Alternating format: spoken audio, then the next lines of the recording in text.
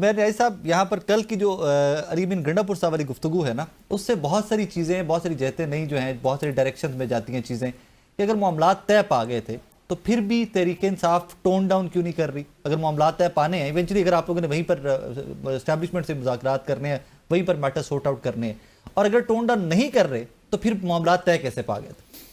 دیکھیں اب دو ڈفرینٹ طرح کے سوال ہیں، مگر بنیادی طور پہ دیکھیں معاملات اس طرف ہے ہی نہیں. بنیادی طور پہ بار بار سوال کس چیز کا ہو رہا ہے کہ دیکھیں جو عمران خان صاحب جس طرف اشارہ کر رہے ہیں کہ دیکھیں آپ کو ایک عام بندے کی چوری نظر آتی ہے، بڑے کی چوری نہیں نظر آتی، ایک غریب کی انکروچمنٹ آپ کو نظر آتی ہے، ایک دکاندار کا چھجا آپ کو نظر آتا ہے، مگر جو آئین پہ انکروچمنٹ ہے وہ کسی کو نہیں نظر آتی. یہ خالی اسٹیبلشمنٹ کا مسئلہ نہیں ہے، یہ ہمارے نظام کا مسئلہ ہے. دیکھیں عدلیہ بھی کیا عدلیہ کو نہیں نظر آتی؟ کیا دوسرے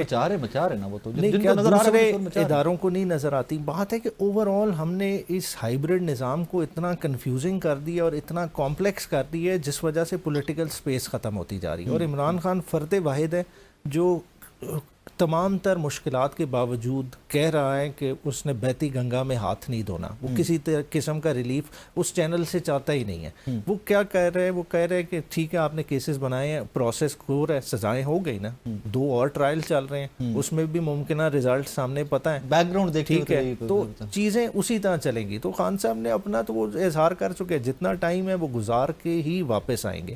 14 سال دیکھیں یہ تو سسپینڈ ہو جائیں گی سزائیں، یہ کدھر تک کر لیں گے. بات ہے جتنا انہوں نے کرنا ہے جبر وہ تو چل رہا ہے. بات ہے ورکرز بھی فیس کر رہے ہیں، عمران خان بھی فیس کر رہے ہیں، مگر بات یہ ہے کہ اپنی پرسنل آزادی کے لیے کیا وہ اتنی بڑی قربانی دے دیں کہ اوور آل جس نظریے کے لیے کھڑے ہیں اس نظریے کو یا اوور آل پوری عوام کو محکوم کر دیں؟ تو وہ نہیں ہونے لگا.